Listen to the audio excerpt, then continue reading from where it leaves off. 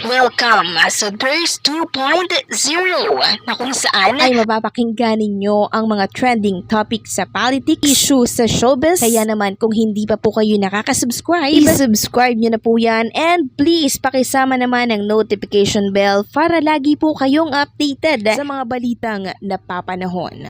So ayun, unahin nating talakayin itong tungkol sa binahagi po ni Alan Kay sa kanyang Instagram story kanina. So sa June 29, 2024, 7 p.m., meron na naman pong ganap itong si Alan Kay. Ito yung tinatawag na Sangyaw 2024 Mayor's Night. Sangyawan Festival Ground sa Tacloban City.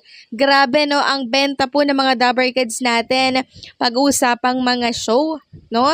Andyan at lagi din nilang kinukuha, 'di ba? Si Jose, si Wally, si Alan Kay, patok na patok sila sa masa, no? Pag may mga ganitong mga festival and mga event, no? Talagang mabenta sila sa mga tao. Kaya sa mga taga-Tacloban dyan, ang mga Dabber Kids natin, ako, sugurin nyo na po itong Sangyaw 2024 Mayor's Night sa June 29, 7 p.m. po yan sa Tacloban City. Andyan po ang ating Dabber Kids na si Alan Kay. And syempre, hindi lang si Alan Kay.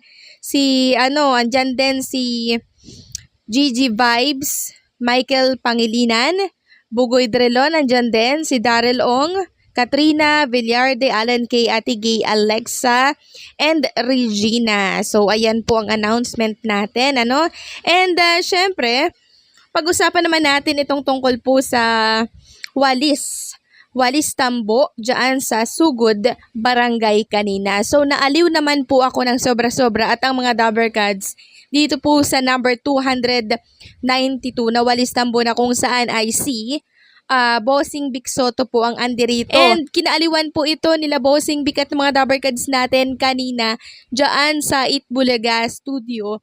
And nakakatuwa dahil napili po ito na isa sa pinakamagagandang Walis Tambo. And speaking of mga show and mga festival na yan ng mga Dabber Kids natin, eto nga po at na-meet nila Mayor Jose Manalo and Wally Viola, ang ilan sa mga politician dyan sa Calamba, Laguna, na kung saan ay pinag-showan po nila kahapon. So, ipiplex ko lang ulit sa inyo yung tao na dumagsa dyan sa Calamba, Laguna para po sa festival na to, no? Diyan sa kanilang lugar. So, nakakatuwa lang kasi itong mga Dabber Kids natin ay bentang-benta po sa publiko. Pag sinabi kasing Jose, Wally, Alan Kay, talagang wala kayong gagawin kundi manunood at tatawa na lang habang sila po ay nagpe-perform. So, sila po ay tunay na comedian talaga. At since nandiyan po ang jowa, Jose and Wally sa Calamba, Laguna, isang fans po or isang personalidad ang naglakas loob na ibigay po yung drawing niya na ginawa niya po para kila Jose and Wally. So ito ipiplex ko po sa inyo yung kanyang drawing para po kay Jose and Wally. So kuhang-kuha, 'di ba, yung tunay na itsura po nila. And nakakatuwa kasi itong mga Dabber Kids natin, lagi po silang dinodrawing ng mga supporters, ng mga fans po nila. Ito po ay mula kay GL.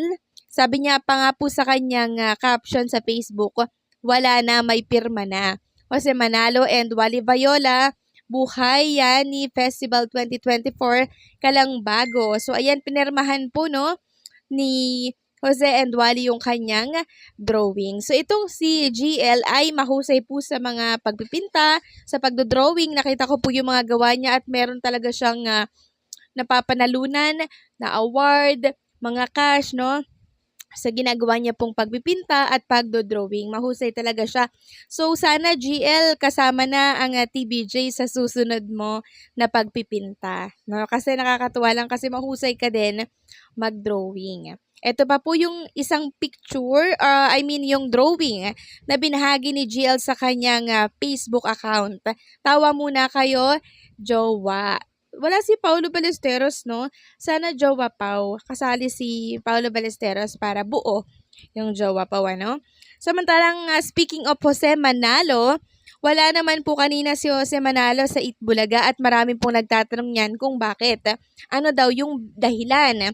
So kung inyong natatandaan kanina sa update natin sa kapatid channel natin, yung tungkol sa nangyari kahapon diyan sa Sugod Bahay or Sugod Barangay, tinuturing po ng ilan na hindi daw kaya marahil kaya wala si Jose Manalo ay dahil sa naging insidente kahapon.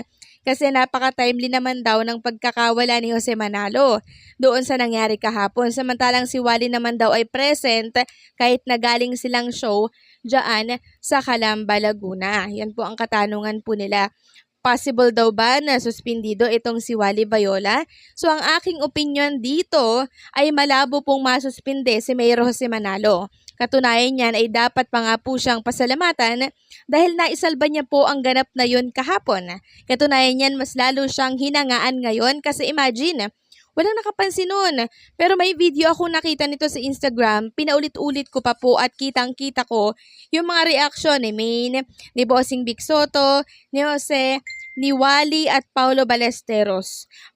Maging si Alan Kay po tumalikod na lang sa kanyang narinig. In other word, nasalupuyon ng maayos ni Mayor Jose Manalo.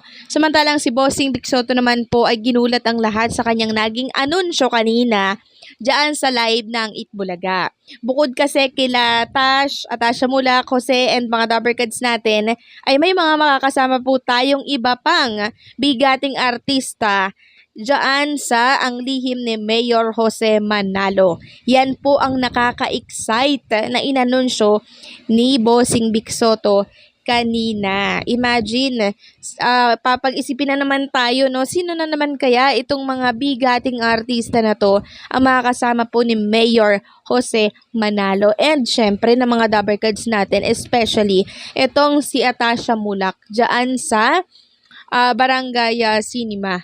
No, so abangan natin 'yan, ano?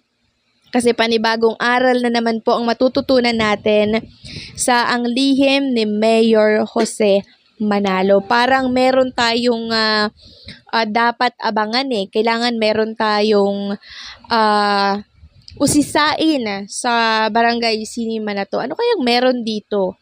No, yan po ang nakaka-excite. Kaya abangan na lang natin yan. At sana yung mga bigating artista na yan, talaga namang yayanigin, ano, ang buong noontime show once na ipinalabas po ito sa Sabado. And for sure, ay magugustuhan ito lahat ng mga Dabbercats natin. Kaya nako, wag na wag niyo pong palalampasin ang tagpong yan sa Sabado. So hanggang dito na lamang po ang update natin at maraming salamat po sa pagsuporta at pagsubaybay.